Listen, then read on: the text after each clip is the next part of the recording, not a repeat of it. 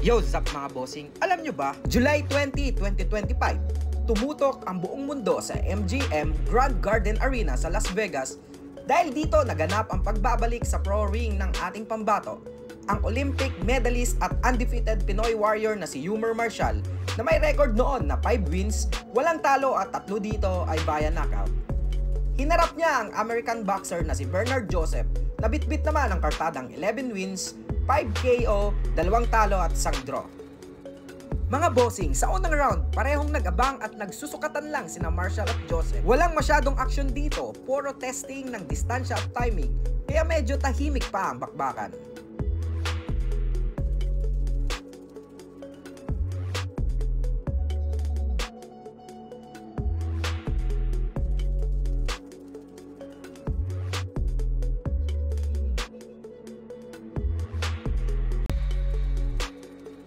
Pagpasok ng ikalawang round, ibang usapan na, umarangkada na si Marshall.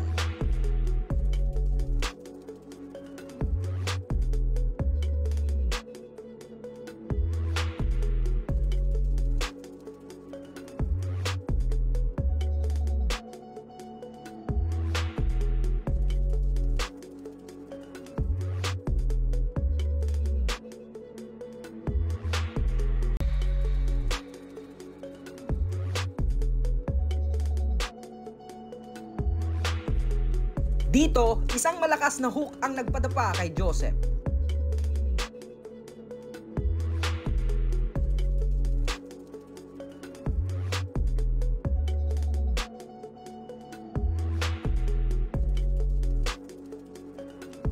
Pagbangon niya, hindi pa rin siya nakawala dahil binayo pa siya ng body shot at sunod-sunod na tira ni Marshall.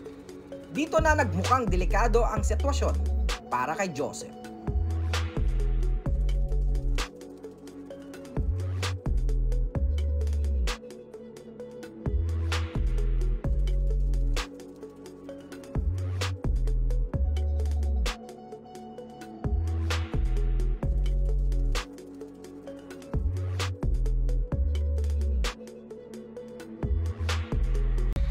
Pagsapit ng ikatlong round, mga bossing, tinuluyan na ni Marshall si Joseph.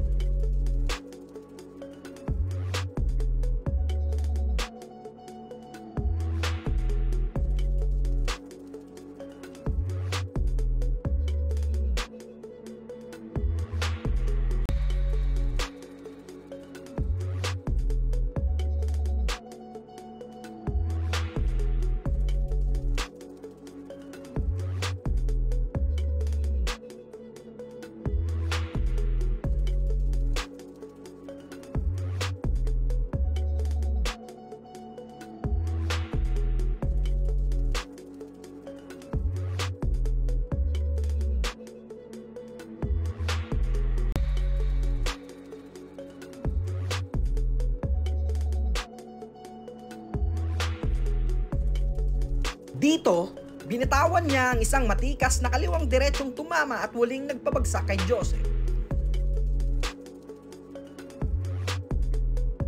Pumasok ang referee, walang choice kundi itigil ang laban. At doon na nagtapos, panalo si Yummer Marshall via technical knockout.